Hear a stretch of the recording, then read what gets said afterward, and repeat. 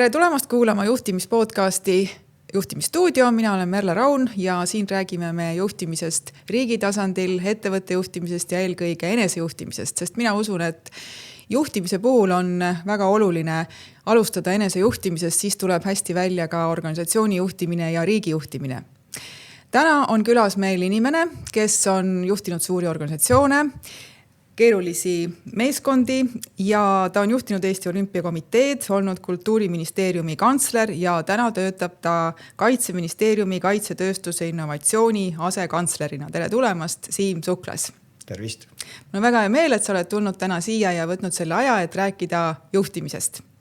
Teeme kohe sellise kiire sissejuhatuse soojenduseks, et palun vasta küsimustele kiiresti, pikalt mõtlemata. Esimese mõtte järgi, et palun lõpeta lause, juhtimine tähendab minu jaoks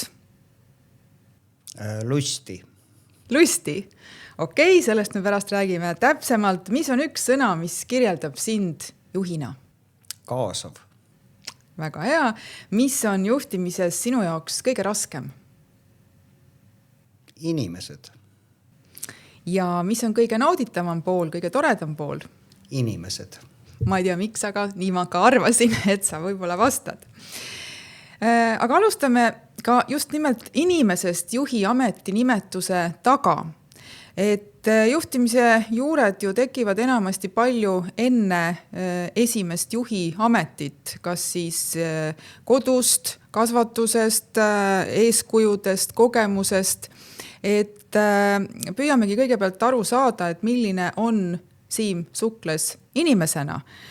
Ja võib-olla, mis on üks asi juhtimise kohta, mida sa 30-aastasena arvasid, aga mida sa täna juhtimisest teisiti mõtled? Nii, alustame siis sellest, et mida ma mõtlesin, kui ma olin 30-aastane või kuidas ma käitusin ja mida ma praegu teistmoodi teen. Ja. Ma arvan, et ikkagi, kui ma ütlesin selle sõna lustimine, siis kui mõtlen selle peale, kuidas mina juhtisin olles 30-aastane, siis ma võib-olla võtsin seda asja kõike liiga tõsiselt. Ehk minu jaoks juhtimine ei ole maailma kõige tõsisem tegevus. Ehk sellest ma ka ütlesin, et juhtimine on tegelikult saab alati lustiga võtta, isegi siis, kui sa lahendad väga raskeid probleeme. Ei peaks sa juhina nagu kuskile auku langema ja olema samasuguses depressioonis, vaid kõik on võimalik teha nagu lusti ja lõbuga. Ja see ei tähenda seda, et see on kergemeelsus. Aga lihtsalt see on kuhu me ka jõuame kindlasti see enesedistsipliin ja enesejuhtimine, et see naer ja lõbus olemine kindlasti aitab väga paljudest olukordadest välja. Nii et ma arvan, et see, mida ma 30-aastasena võib-olla ei tabanud kõige rohkem, et ka lustides on võimalik väga hästi juhtida. Aga kas see tuleb ju ainult kogemusega, et seda ei saa 30-aastane veel niimoodi tunnetada? Ja loomulikult kogemusega, nagu ikkagi me õpime ju ikkagi mitte nagu headest eeskujudest, vaid pigem probleemidest ja nendest situatsioonidest, kus me ei ole õnnestunud. Ehk et me ju leiame ikkagi lõpuks oma stiili. Et vaata, me alati räägime juhtidest, tegelikult me oleme ka oma vanuses ju näinud ülemusi. Me oleme praegu juhtide ajastus on ju, ja nüüd otsime tikutulega liidreid. Ehk minu jaoks on need ikkagi 3 erinevat tasandit. Aga sinu puhul on ka kahtlus, et see juhtimine on nagu natukene sul geenides. Sa oled pärit Haapsalust, sinu isa oli ka Läänemaal autoriteetne tippjuht, ta oli juba kalurikolhoosi Lääne-Kalur juhatuse esimees ja oled tegelikult öelnud, et sul pole enam tingimata ülemuseks pürgimise tahet, aga ikkagi, kuidas sa arvad, kas see juhi amet on sul juba kodust kaasa tulnud ja geenides mõnes mõttes? No mõeldes kodu peale mul ei valida, kas olla siis kolhoosi esimees või lastearst. Et pool suguvõsa on meil juhid ja pool suguvõsa on meil arstid. Kuna see arsti asi mulle kohe üldse kuidagi ei läinud, siis tundub, et mul on võib-olla selle inimeste eest vastutamine või juhtimine kuidagi geenides. Kui ma isegi mõtlen nüüd suguvõsa, mu õde on ju Ida-Tallinna Keskhaigla juhatuse liige ja raviarst. Onupoeg oli pikaajaline Haapsalu linnapea, tädipoeg Mustamäe Keskhaigla peaarst, nii et võib-olla mingi geeni asi siin on. Midagi ikka tuleb geenidest, aga kas sa oled isalt mingisuguseid juhtimisnippe või kodust saanud kaasa ka mingisuguseid nippe, mida sa oled kasutanud? Ma arvan, kõige olulisem oli see, et isa ei toonud tööd koju. ja seda ma olen küll nüüd oma 30 aastat vastu pidanud, et mina ka tööd koju ei vii. Aha. Teine asi, mis alati nagu ise ka meelde tuleb, on see, et kuna ta oli siis kalurikolhoosi esimees, iga kord, kui me kuskilt sõidust koju jõudsime, siis esimene asi oli see, et ta helistas oma dispetšerile ja küsis kõikide laevade püütud kalakogused. Ehk et see on natuke see, mis võib-olla tuli mulle, et ma tahaks seda informatsiooni alati saada. Infot, mille pealt saab teha mingid juhtimisotsuseid. Et mitte ainult kõhutunne ei aita sul seda teha, vaid sa pead ikkagi mingi data sisse saama. Ehk jah, see iga õhtune, kui me kuskilt tulime, siis istuda maha, helistada siis 24/7 tööl olevale dispetšerile küsida, et mis oli selle päeva saak kala mõistes. Et see on kuidagi nagu meelde jäänud sellest. Aga on sul juhtimises olnud autoriteete, kelle moodi sa tahad olla või kelle juhtimisstiil sulle on imponeerinud? See on alati selline küsimus, et kas mul seina peal oli Michael Jacksoni pilt või mul ei ole kunagi sellist olnud. Ja ma arvan, et ma olen lähenenud hoopis teistmoodi. Mul on olnud kokkupuuteid võib-olla inimestega, kelle juhtimisstiil ei ole mulle kunagi meeldinud. Ja ma arvan, et nendelt ma olen kindlasti hoopis rohkem õppinud. Need ei ole palju olnud, võib-olla 1-2 inimest, aga ma arvan, et oma varajas nooruses, 90. alguses oli kokkupuuteid ja situatsioone, mille peale mõtlesin, et ma kindlasti kunagi nii ei tee. Aga jah, sellist, et ma nüüd kedagi peaks ütlema, et tohutu hea juht, no ma arvan, et see ei ole ka päris nagu mõistlik. Sest iga inimene on erinev, sa võid võtta mingi situatsiooni, kuidas ta midagi lahendas. Aga nüüd olla kellegi fänn nagu kellegi, ma ei tea, sportlase või laulja, et ma ei kujuta hästi ette. Keda imiteerida või kelle moodi olla. Teha Lennart Meri häält, et ei ole jah minu teema. Aga kuivõrd oluliseks sa pead tippjuhi jaoks enesejuhtimist? On see sinu jaoks tähtis? Muidugi on, sest lõppkokkuvõttes, kui sa oled nagu juht ja sõltumata sellest, mis on su kaastöötajate arv, nad ikkagi jälgivad sind. Ehk see on minu arust kõige loogilisem, et ikkagi nad jälgivad, kuidas sa teed, mis on sinu väärtused. Mis tähendabki see, et sa pead olema ikka väga hea eeskuju ja mis tuleb ikkagi sinu sisemiste väärtuste ja tegevuste kaudu. Nii et isiku enese juhtimine, enese arendamine, pidev arendamine, minu meelest see on nagu esmatähtis. Et sa ei saa ikkagi nende tööriistadega, mis 83. aastal olid või isegi 2024 või 2004, sa ei saa ikkagi praegusel hetkel enam nagu nikerdada ringi. On sul olnud siin ka mingeid väljakutseid, millega sa oled pidanud seisma silmitsi enesejuhtimise juures, et mida sa oled pidanud endas arendama või on olnud mingisuguseid lugusid, mida sa tahaksid praegu välja tuua? No, mõeldes selle peale, mis on tehnoloogiliselt arenenud viimase 30 aastaga, siis hakkasime nii-öelda paberi, ma ei tea, kirjutusmasinaga, kuhu sa paid paberi vahel ja vaatasid, et oleks kirjutuslint. Täna me kasutame AI-d. Noh, see on ju pidanud nii-öelda juhtimise instrumentides neid ju kõike kogu aeg kasutusele võtma. Ma ei arva isegi, kas on nagu midagi sellist nagu hästi spetsiifilist. Pigem on see, et sa pead aru saama, et esiteks ei ole nii-öelda sa ei saa kunagi juhina valmis, mis tähendab see, et sa pead kogu aeg nagu avatud olema, et nii-öelda maailm muutub ja sa pead sellega kaasas käima. Ma arvan, et see on nagu kõige olulisem asi. Nagu ma ütlesin, et see, kuidas ma asju lahendasin kas nooruse rumalusest või olemasoleva info baasil 2002 ja aasta 2026 on hoopis teistmoodi. Kogemus on teine, tööriistad on teised. Ja noh, ma arvan, ka ajakasutus on hoopis teistsugune. Aga mis aitab sul keerulistes olukordades rahulikuks jääda või kas sa jääd rahulikuks keerulistes olukordades tööl? Mõeldes selle peale, ma olen alati natukene uhke olnud, et ma olen võib-olla oma töökarjääris või töö ajal üks kord ainult häält tõstnud. Ja ma arvan, et see oli üks õppetund, mida ma 90. alguses ka siis ühe juhi pealt õppisin. Tema oli selline komme, et tema oli selgelt nagu ülemusstiilis, et tema nagu röökis, kui oli vaja midagi. Keegi oli, ma ei olnud võib-olla niimoodi hakkama saanud, kui ta eeldas. Ja kui ma siis nägin, et see ei olnud mitte motiveeriv, vaid see inimene läks lukku, siis ma sain aru, et aga need on ju täiesti nagu vastandikud asjad. Kui ülemus arvab häält tõstes ja röökides, et nüüd hakkab kõik juhtuma, siis tegelikult ju midagi juhtunud. Ehk et ma arvan, et ma ei ole kunagi inimeste peale häält tõstnud ega röökinud, sest ma saan aru, et sellel ei ole tulemust. Ja teine on ikkagi see, et kui sa teed endal selgeks, et juhi koht on sul ajutine ja sa teenindad inimesi, et siis on ka see, kus sa tegelikult nagu positsioneerid ennast hoopis teistmoodi. Kui sa hakkad mõtlema, et sa oled nagu universumi direktor, siis ma arvan, et ega sa kaugele ei jõua. Aga mõned inimesed ongi nagu sellised ekstravertsemad ja võib-olla lähevad kergemini endast välja, et on sul nendele mõni nõuanne anda, et kuidas nad ennast siis tagasi hoiaksid? No, ükskord oli väga hea juhtum, kus kohtudes mitte kõige nutikama inimesega aegalt tekib see, et kas sa plahvatad kohe välja või siis soovitatakse, et loe 10-ni. ja siis istusime ühe inimesega ja siis ma küsisin vaikselt, kuule, et oled sa ka nagu 10 pidanud lugema, on ju. Ta ütles, et mõnikord jõuan 1000-ni.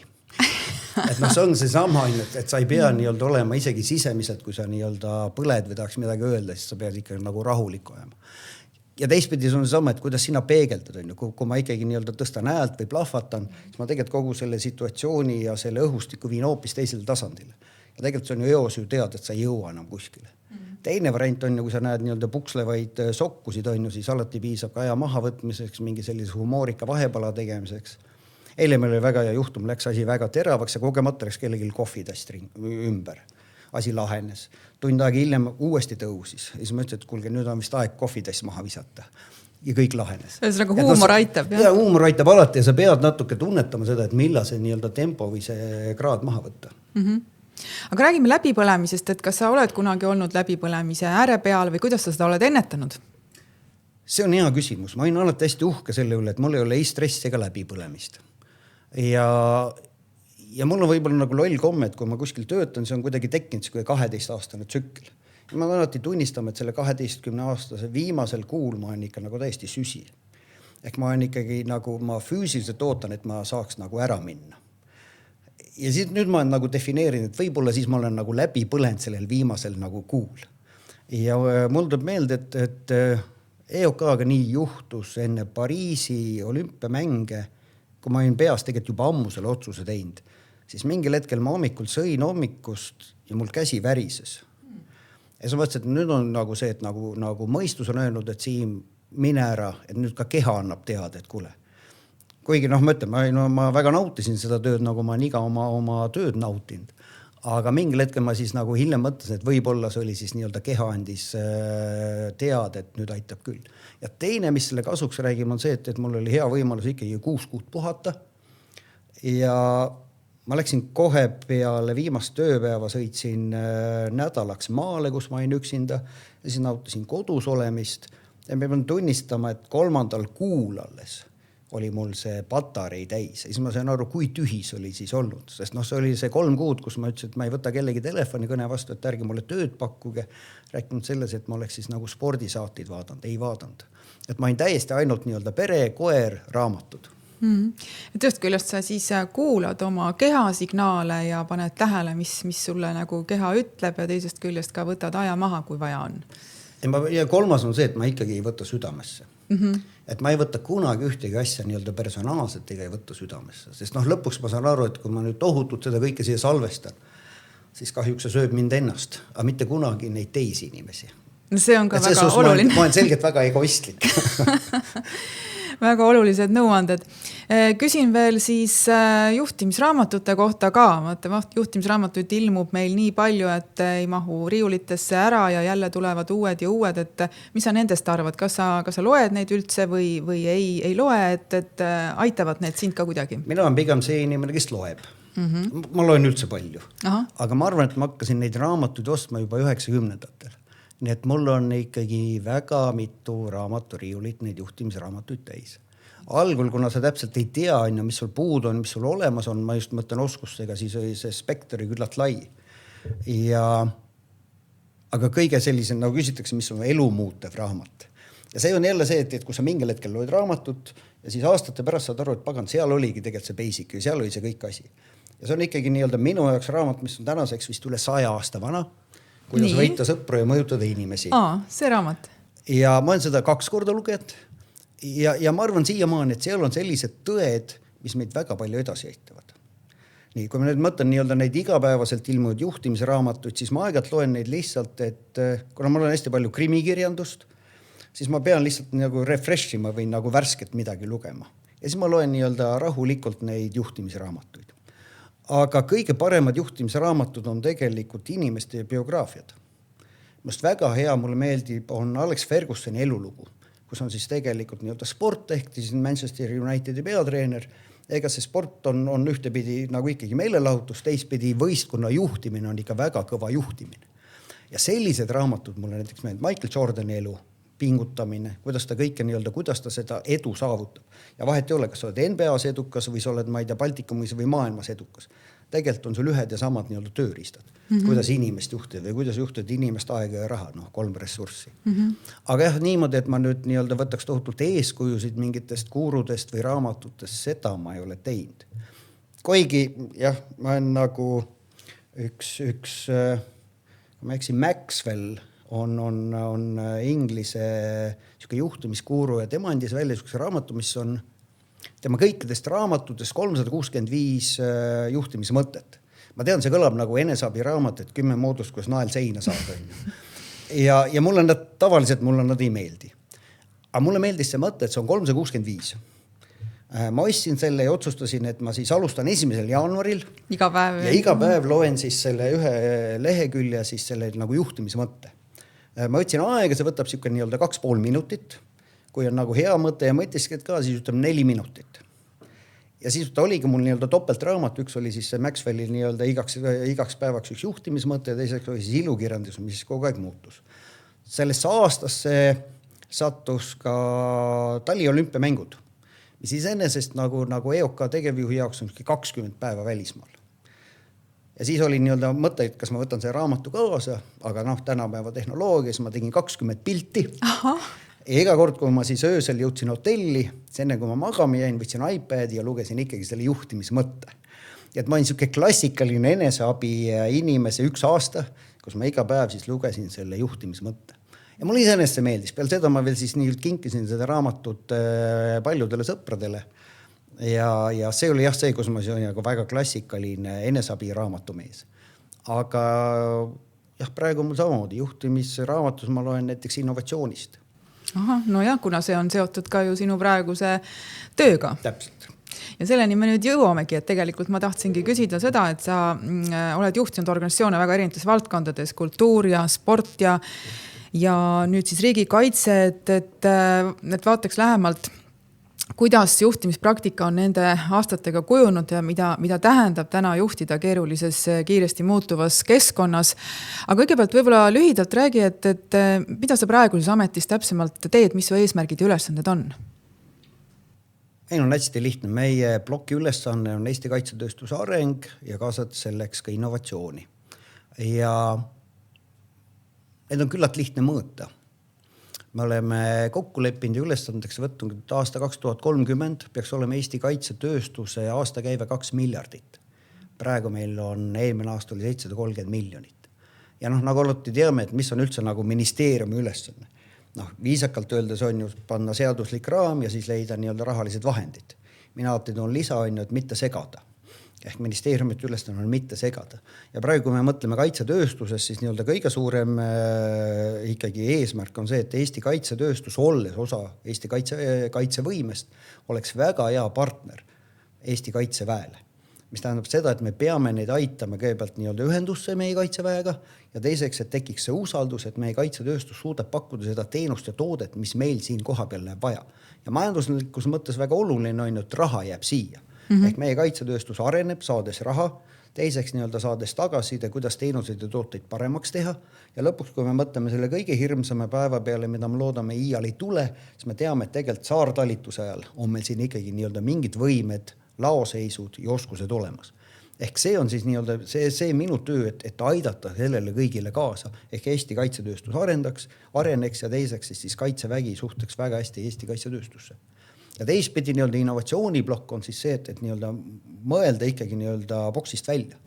Kõik on ju öelnud, ega siis nagu militaarmaailm on ikkagi väga selline aeglane, konservatiivne ja see on täiesti arusaadav. Tema asi on kaitsta riiki. Ja nüüd on ikkagi kaitseväkke on loodud siis innovatsiooni ja tulevikuvõime väejuhatust, kellega me siis püüame alati vaadata ette. Ehk et kõik, mis need uued nii-öelda seksikad nii-öelda gadgetid, mida meile pakutakse, on ju, kas need on lihtsalt ilusad vilkuvad tuled, on ju, või neil on ka mingi selline võime, mis läheb meile vaja. Ja siis nii-öelda kaasa mõelda, on ju, kuidas seda siis implementeerida Eestisse, on ju, ja kuidas see siis nii-öelda meie see kaitsevõime saaks suurendada. Ehk pidevalt nii-öelda mõelda out of box asju. Ja nagu tead, innovatsioon on alati jube raske. Aga põnev. Ühtepidi väike raha annab innovatsiooni juurde, teistpidi, kui sul on väga vähe raha, siis sa ei saa innovatsiooni teha. Et tegema seal keskel täpselt siis nii-öelda püüame ellu jääda. Aga see valdkond on strateegiliselt meie jaoks ikkagi väga oluline, et kuidas sa hindad, kas kaitsetööstuse innovatsioon, mis tasemel me selles osas praegu oleme? Areneme. Ja, aga kui me nagu mõtleme praegusel hetkel on, et ega see plahvatus ju toimus tegelikult alles 2022, kui saadi aru, et oota, nüüd on ikka nagu päris jama. Et me teatud hetkedel oma nii-öelda valmisolekul ja meie positsioonides suurte kaitsetööstusfirmade tarneahelates me oleme kuidagi ausalt 90ndate lõpus. Et me ju alles tegelikult hakkame suurte poiste mängumaale nagu minema. Ja kui me mõtleme neid võimeid, mida Eestis on vaja, siis Eesti kaitsetööstus suudab praegu ikkagi ju 1% või 2% ainult tarnida. Ja kindlasti me ei hakka kunagi ju tegema siin suuri laevu, lennukeid, relvasüsteeme. Meie osa on ikkagi nagu väikse rahvalaati see aju, mis meil on. Ehk see, mida me suudame nii-öelda ajuga teha. Metallitööga me ikka, me väikelaevu saame teha, aga nagu väga suureks mängijaks me kunagi ei saagi. Kui nüüd võrrelda neid valdkondi jälle, kus sa oled töötanud, siis kas kaitse valdkonnas inimeste juhtimine on teistsugune kui kultuuris või spordis? Kui ma kandideerisin Kaitseministeeriumisse, siis ebakindlus oli mul kaitseväes suhtes. Kuna ma ei ole kaitseväes rääkimata ka sõjaväes käinud ja nagu seal kogu aeg nagu selline tunne, et seal käib kõik käsu ahelat mööda. Et isegi kui su ülemus on loll idee, aga ta on ülemus, et siis peab nagu seda realiseerima. Ma ei tundnud seda maailma. Vaata, kultuuris on eriti, kus sa pead väga palju kommunikeerima, et mingi asi maha müüa. Seal ei ole võimalik nagu käsuahelaga öelda. Spordis on see natukene nagu lihtsam treener, sportlane ja võib-olla ka rahamäng. Aga tegelikult ei ole mingit vahet. Inimesed on kõik hästi motiveeritud ja mis ju neid kolme valdkonda, siis kultuur, sport ja kaitse ühendama on see, et nad kõik teevad seda Eesti jaoks. Ja vaata, nagu on sattunud see, et ma ei ole eraettevõtluses toimetanud, mis on väga selge, et paremal all nurgas peab olema nagu roheline paks number, mida omanik saab dividendile välja võtta. Näiteks kolmes sektor on see, et me peame Eestit tegema suuremaks. Vaimselt, emotsionaalselt ja kaitstud. Ehk see on see, mida neid kolme valdkonda nagu ühendab. Ongi väga erinevad valdkonnad, aga see läbiv joon on ikkagi nii-öelda vaba Eesti ja sinimustvalge. See on igas valdkonnas oluline ja kõige tähtsam. No nendes valdkonnas kus ma olen olnud. Aga igas valdkonnas inimeste vahel võib tekkida tegelikult probleeme ja tülisid ja isegi konflikte, et missugune on sinu juhtimisstiil sellisel juhul, et kas sa siis lähed kohe neid lahendama, lähed kohe vahele või sa pigem lased inimestel endal siis probleemid lahendada? Mul tuleb praegu meelde, et kui ma töötasin Kultuuriministeeriumis ja saabus meie esijurist, siis ta esimene asi ukse pealt juba ütles, et võta palun käed klaviatuurilt ära. Sest mul oli alati selline komme siis, et kui ta hakkas juba rääkima, et kellegi või mingi mure on, ma juba kirjutasin kirja. See oli selline nii-öelda, kui sa oledki 30 aastane. Praegusel hetkel ikkagi on ju selge, mis on kõige loogilisem, et kui on nii-öelda konflikt isikute vahelt, siis sa ei tee ühtegi otsust kuulamata ära mõlemad osapooled. Eks see on minu meelest nagu esimene samm, et sa võtad nagu mõlemalt poolt selle informatsiooni sisse. Loomulikult mõlemal on kergelt nii-öelda enda poole see kaldu, sa leiad selle kesktee. Ja siis, mis sa salata, nii-öelda kutsud nad kokku ja lased nad veel kord nii-öelda pukselda. Et nad peavad selle õhu välja saama ja siis sa saalomonlikult lahendad selle. Nii et lased neil omal vahel seda alguses lahendada ja rohkem? Ei, mitte, nad on ju proovinud oma vahel. Et see ei ole nagu juhi töö, kui sa saad aru, et nad on juba näiteks 2 kuud juba nagu mürgeldanud oma vahel, siis sa teed tähtsa näo, et kuulge, mingi uksest välja lahendage ära. See ei vii enam. No nagu siis küll, jah. Ja siis sa lasedki nii-öelda seal sees, nad mõlemad nii-öelda õhu tühjaks, sest mõlemad emotsioneerivad oma asja ja siis sa lahendad selle nagu ära. Sest pika peale sa pead neile selgitama, et ega see nagu kaugele ei vii. Et pigem jah, et ma ei saada neid uuesti nagu taha, et sa teid ju endale tööd juurde, sest ega nad omavahel seda ei lahenda, siis nad tulevad 2 päeva pärast uuesti sinu juurde, see jälle läheb tund aega. Ja kui nad sinu lahendusega nõus ei ole? Ei, peavad olema, sest lõpuks vaata, see on juba juhi asi, kuidas sa kommunikeerid, et mis see lahendus on ja siis sa ju mõlemal selgitad, mis on plussid miinused. Kui ta hindab, et nii-öelda talle see ei sobi, siis lähevad teed lahku. Et ega nagu vägisi armsaks ei saa teha. Jaa. Kuidas sa üldse nagu enda karjääri selles mõttes hindad, et üldiselt inimesed mõtlevad, et kogu aeg peab karjäär minema alt järjest ülespoole ja kui on tagasilangusi, siis on nagu läbikukkumine, et sa eelmine kord olid Kultuuriministeeriumis kantsler, nüüd oled sa Kaitseministeeriumi asekantsler. Kas sa tunned tagasilööki? See on hea küsimus, kui noorte inimestega räägitakse, siis esimene küsimus, mis on palk? Nad küsisid, mis on palk. Kui palk on nagu suurem või väiksem, see annab nagu hinnangu. Ja palkad on avalikus sektoris avalikud. Ja, aga ma lihtsalt abstraktselt räägin, on ju. Ja siis ma kunagi ei saanud aru, kui ma noor olin, on ju, siis nii-öelda vaatasin ka nagu eelkäijad või inimesed, kes olid 50, nad läksid kuskile mujale ja olid õnnelikud. Ja Martin mõtles, et oota, aga ta kaotas ju palgas, miks ta õnnelik on. Mina pean tunnistama, mina olen ka praegu väga õnnelik. Ja ma arvan, et mingil hetkel seal nooruses on võib-olla see, kus sa tahad neid kõlevaid ametinimetusi saada. Aga ma mõtlen, mul oli ka esimene ametinimetus oli juristi abi, juba järgmine oli üldosakonna juhataja, kus ma muidugi ainuke olin. Aga neid ametinimetusi ma olen nagu noores peas saanud. Ja ma pean tunnistama, et ma alustasin Kultuuriministeeriumist asekantslerina, spordi asekantslerina. Ja siis oli 10 aastat see kantsleri ametit. Ja praegu olles asekantsler, ma siiski ütlen, et asekantsler on kindlasti nii-öelda parem positsioon kui kantsleri positsioon. Lausa nii, jah? Jah. Ja ma ütlen, sul on küll see nii-öelda palgas sa kaotad, on ju, aga sul on nagu väga konkreetne valdkond, mille eest sa vastutad. Ja seda kantsleri vastutust, tegelikult enam ei taha. Isegi mitte nagu vastutust, sest vastutust ma ei karda, aga neid valdkondi, mis ei ole enam nagu nii ägedad. Ja ma arvan, et ikkagi ju eesmärk on see, et sa oled hommikul nagu naeratades välja. Ja see arusaam, et ma pean kogu aeg minema üles, see ei ole ka nagu mõistlik, sest eesmärk elus ei saa olla ju saada nii-öelda kõrgemate ametinimetuse kohti, vaid teha sellist asja, et sa hommikul nagu pesed ammad ära naeratud, kurat, see on hea päev, kuhu minna. Õhtul tuled tagasi, oled õnnelik ka, sai midagi ära teha. Mitte see, et mõtlen, pagan tahaks selle saada mingit, ma ei tea, kuldset visiitkaarti. Ma ei tea, see ei ole minu jaoks nagu kunagi oluline olnud, et alati, et võtta vastu need, mis on nagu ägedad väljakutsed ja küll siis asi toimib. No väga hea, kui inimesed niimoodi mõtleksid. Aga muidugi juhtimine ei saa jääda ju sinna organisatsiooni seinte vahele, et aastate jooksul ma olen olnud väga lähedal riigi juhtimisele ja selliste riigi otsuste vastuvõtmisele. Et räägime ka sellest, et kuidas sa näed Eesti avaliku sektori juhtimist ja millised põhimõtted peaksid seda kandma. Kõigepealt mõtleme selle peale, et nii Kultuuriministeeriumis kui Kaitseministeeriumis on olnud valdavalt ikkagi oled sa töötanud koos Reformierakonnast pärit ministritega.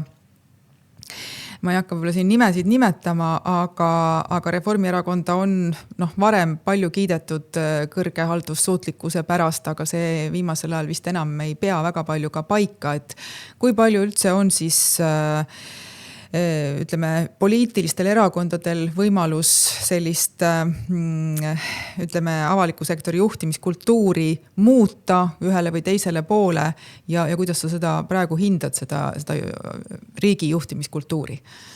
Ma arvan, et iga minister suudab nagu maja tuksi keerata, aga mitte ka nagu palju. Kui ma mõtlen nendele ministritele, kes mul olnud on, siis meil ei alati nagu selline kokkulepe, et nad ei sekkunud igapäevasesse juhtimisse. Mul ei ole Kultuuriministeeriumis ükski minister öelnud, et keda tuleb tööle võtta. Ja see oli meie esimese kohtumise kõige olulisem nagu kokkulepe. Et mitte, et ma oleks kohe ülbelt öelnud, ministrid tulevad ja lähevad ja kantslerid jäävad, aga ma alati ütlesin, et see, milline on nii-öelda ministeeriumi meeskond, see tagab sulle õnnestumise. Ja kui sa hakkad siia kedagi tooma või suruma, siis me ei suuda seda kvaliteetset teenust pakkuda. Ja tegelikult ka selle ajal vähemalt 10 aasta jooksul Kultuuriministeeriumis kõik ametipositsioonid täideti avaliku konkursiga. Kõik pidid laua otsas istuma ja vähemalt 10 inimest siis nii-öelda haldusalast ja oma majast siis valisid tema. Ehk kõik, kes tulid sisse, teadsid, et nad on nii-öelda läbinud konkurssi, on parimatest parimad. Ja kui see, ja tavaliselt ei peagi ju tegelikult poliitiline minister nagu maja nagu juhtima. Mida minister peab tegema on ju läbi siis valimiste, peab ta ju andma nii-öelda poliitsuunis, et mida me hakkame arendama. Ja vaata siin, kui me nüüd võrdleme neid aastakümneid, sest siin on ma arvan, kõige suurem nagu muutus toimunud. Et kui me ise mäletan ju enne mingit teatud Riigikogu valimisi, me ise andsime parteile sisendi, parteidele sisendi, mida kirjutada siis kultuuri ja spordi nagu lubadusteks. Ja pärast andsime ise ka nii-öelda sisendi koalitsioonileppesse. Ja see on ainult mitte peale ühtesid valimisi, vaid peale väga mitmeid valimisi. Ehk tol ajal oli pigem minu meelest see, kus see poliitjuhtimine oli nõrgem, kui oli nii-öelda ametkonna teadlikkus. Ja mingil määral see õnneks nagu muutus ja ma olen siin nagu selles mitte nagu poliitikute poolel, aga ikkagi nii-öelda, et poliitik oma mõtetega saab rahva mandaadi ja tema tuleb majja ja ütleb, mis suunas minnakse. Ja siis ametkond on, mõst on klassikaline lause on see, et kui minister tuleb majja, siis kantsler lööb kannad kokku, ütleb, et maja on üles rivistatud teie poliitiliste suuniste elluviimiseks. Ja see peaks olema tegelikult nii-öelda see kõige klassikaline demokraatia. Rahvas on valinud poliitikut ja andnud nende nii-öelda õiguse. probleem muidugi on jah see, et see, mida me valimisel või keegi lubas on ja pärast ellu viiakse, et need on mõnikord erinevad ja mõnikord väga erinevad. Aga ikkagi vahet ju pole, on Keskerakond on või Reformierakond on olnud, et mingit sellist tohutut rapsimist vähemalt minu kogemusega ei ole olnud. Ja veel kord, ma ei ole tundnud ühtegi sükest poliitsuunist midagi teha, kellegile midagi suunata või kedagi tööle võtta.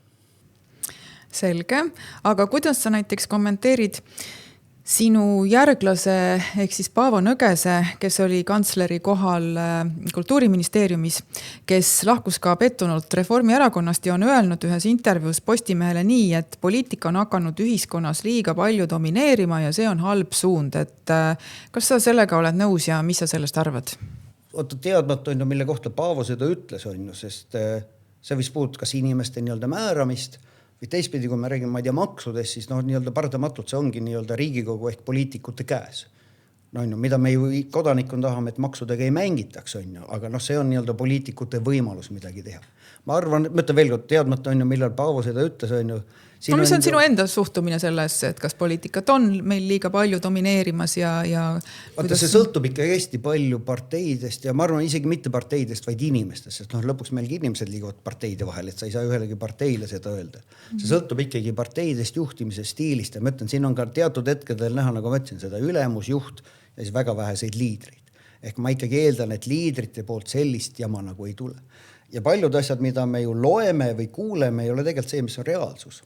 Olles toimetanud hästi palju nendest telgitagustest, siis sa ju tegelikult tead, milleks on mingid otsused tulnud ja siis lehest loed nagu Dan Browni põnevikku, on ju, mida kõik nagu välja mõeldud on, aga tegelikult olid hoopis teised argumendid, mis tehti, et me natuke võib-olla kirjutame ka poliitikute kapsaajada liiga palju selliseid nii-öelda machinatsioone, salapärast ja okei, mõningad sammud on tõesti need, mis panevad kukalt sügama, aga jah, ma pigem nagu arvan, et see noorem põlvkond, nüüd on vist vaata, et juba 3. põlvkond neid poliitikuid, et nemad võiksid olla rohkem nagu haritud ja mõeldes ikkagi rohkem riigile, sest vaata, see, kuhu me nagu jõuda tahame alati see, et miks me nagu teenime riiki või miks me ei teeni siis nii-öelda eraettevõtlust, ongi see, et me saame aru tegelikult, et riigi teenimine on kõige suurem, lihtsalt see erinevus on ju see, et kui me midagi riigis teeme, siis see ei mõjuta mitte iseennast ega omanikku, vaid see mõjutab nagu kõiki.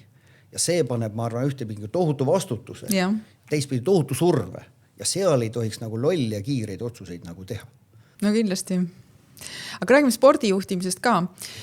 Et sa oled olnud Eesti Olümpiakomitee tegevjuht ja mis sa arvad, millised juhtimispõhimõtted tippspordis peaks kindlasti olema, millest Eesti riik peaks juhinduma? Et kas näiteks Eesti spordis saab minna ka hästi, kui Eesti riigis ei lähe hästi, et need on omavahel seotud, aga milliseid juhtimispõhimõtteid sa kindlasti Eesti spordis tahaksid rohkem näha? No vaata, spordis on lihtne, et sul peab olema ikkagi mingi nagu rahaline vahend, et teha nii-öelda käia treeningutel, soojalmaal laagrites ehk nii-öelda riigi toetus spordil on selgelt nagu oluline. Teine asi, mis puudutab näiteks, kui riigis läheb halvasti, aga spordis läheb hästi, siis see emotsioon kindlasti nii-öelda mõjutab, et riigiks hakkaks nii-öelda paremini minema. See positiivne emotsioon. Sport on nii-öelda emotsioon ja selgelt on ju natuke negatiivne, aga pigem see positiivne, mis tuleb, ise teame peale maailmameistri tiitleid või olümpiavõite, see, mis tunne on, nagu laulupidu on ju. Aga ma nüüd mõtlen, see spordi juhtimine. Spordis on ütleme, nagu hästi raskelt või lööme nagu 2, individuaalalad ja võistkonnaalad. Täiesti erinevad nii-öelda suhtumised, erinevad juhtimised. Ehk pigem minu jaoks nii-öelda juhtimise stiilis mulle tohutult ikkagi meeldib nagu võistkonnala juhtimine. Ehk võistkonna juhtimisest, mina on ka tohutu võistkonna, mina ei suuda üksinda midagi teha. Ja minu jaoks see nii-öelda riigi juhtimine on samamoodi, see ei ole nagu individuaalsport. Et see on selgelt nii-öelda võistkonnasport ja ma aegalt nagu mõtlen ja olen ka murelik, et kui on meil meil on koalitsioonivalitsus, kas siis on 2 või 3 parteid, siis on tähendab see, et me kellegi valime siis nii-öelda peaministriks, tal on see oma partei tiim ja siis talle antakse 1 või 2 tiimi juurde. Ja siis ütleme, et kuule, aga nüüd valitse nagu väga hästi. Juba eos on tegelikult see ju võimatu. Nagu ma ütlen, ma olen alati hoidnud seda, et minul on see õigus oma meeskonda luua, tööle võtta, lahti lasta, sest see on minu meeskond, et ma tean, et ma usaldan ja ma saan midagi teha. Aga kui keegi ütleb, et 1/3 on kellegi pandud ja 2/3 on kellegi teise pandud ja nüüd juhi seda, siis vaata, see on nagu võimatu. Ja sama asi, kui me tõmban nüüd paralleeli, on ju, kujuta ette, et Eesti korvpallikoondise peatreener öeldakse, aga jalgpalliliit annab sulle siin nagu 3 tüüpi ja käsipalliliit annab sulle veel 3. Ja siis ütleme, aga nüüd me läheme nagu korvpalli EM-ile ja võidame kõiki. Noh, võimatu. Ja teine, mis nagu spordis on hästi oluline, spordi edu ja võidud on ju tegelikult jääme tipp ainult. Seal all on nii palju nii-öelda higi, verd ja pisaraid ja ebaõnnestumisi. Ja vaata, see on see, mida me peame tegelikult ka innovatsioonis ja kaitses kogu aeg rääkima. Ebaõnnestumine on okei. Ehk me peaks, kui meil on tagasilöök, siis läheme järgmine päev jälle trenni. Ehk riigi mõistes ka, kui on tagasilöök, proovime, kuidas me saame teistmoodi teha, sest eesmärk on ju hea. Et me ei tohi tegelikult nii-öelda kedagi mättasse lüüa mingi ebaõnnestumiste pärast. Ja teine nagu laiemalt on just see, et ajasime lati maha, pagan, proovime uuesti, järgmine kord saame üle. Et me ei tohi nagu usku kaotada ei endasse ega riiki. Ja see on sportlastel, ma arvan, kõige kõvem asi just see sama eneseusk ja teist rutiinselt. Kogu aeg läheme ja nii see edu tuleb.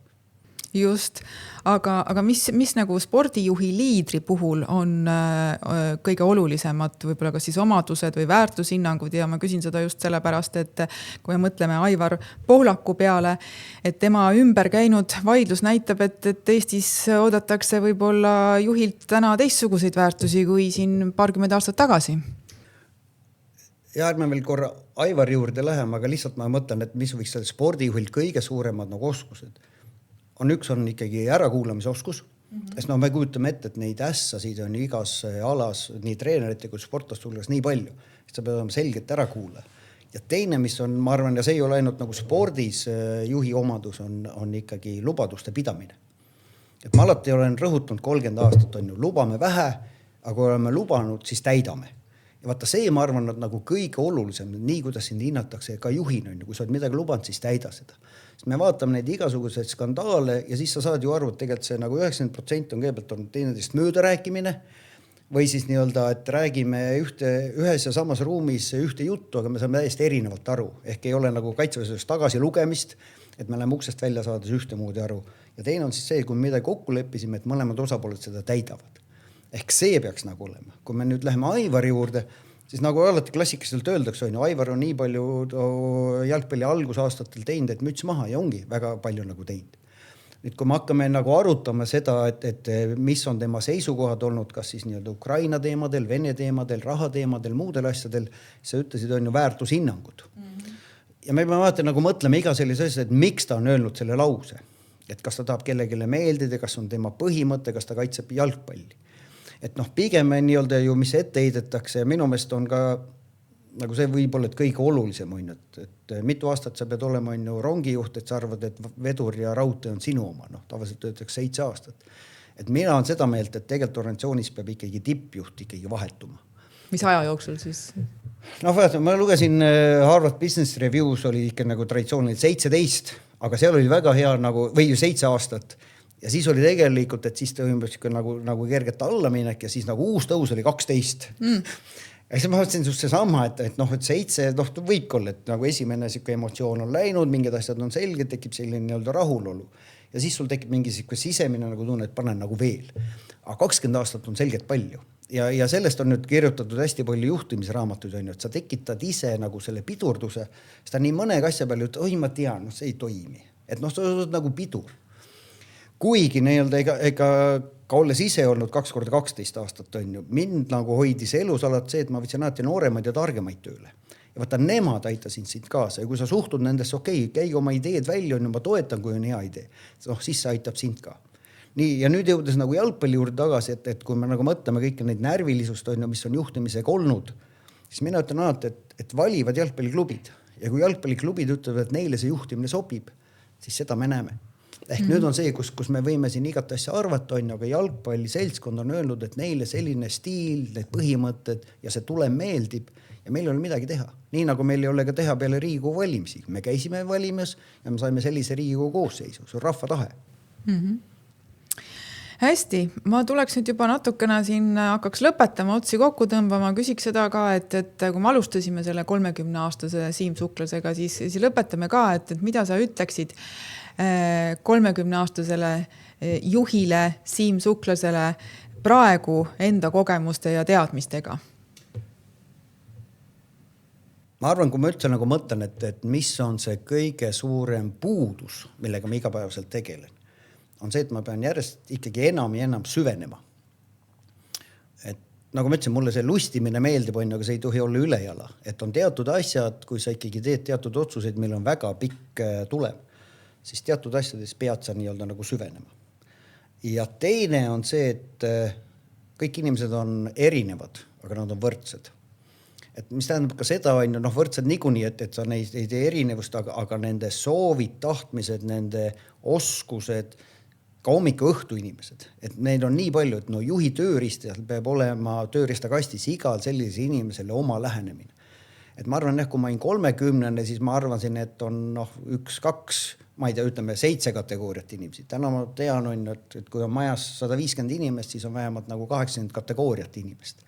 Ja nende lähenemine ja nende tööle panemine ja nendega edasi minemine, ma arvan, et see oskus on selline, mis tuleb just ajapikku.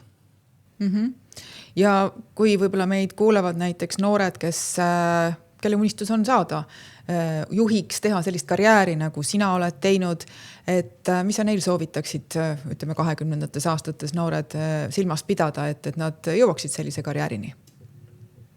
Soovitus on see, et ärge pidage silmas karjääri. Et ei tohi fokusseerida, nagu öelnud, ärge fokusseerige ennast nii-öelda raha teenimisele. Tehke ikkagi seda, mis nagu meeldib ja rõõmu teeb ja siis see kõik asi tuleb kaasa. Aga aitäh, Siim, et sa tulid. Väga toredad ja ägedad mõtted.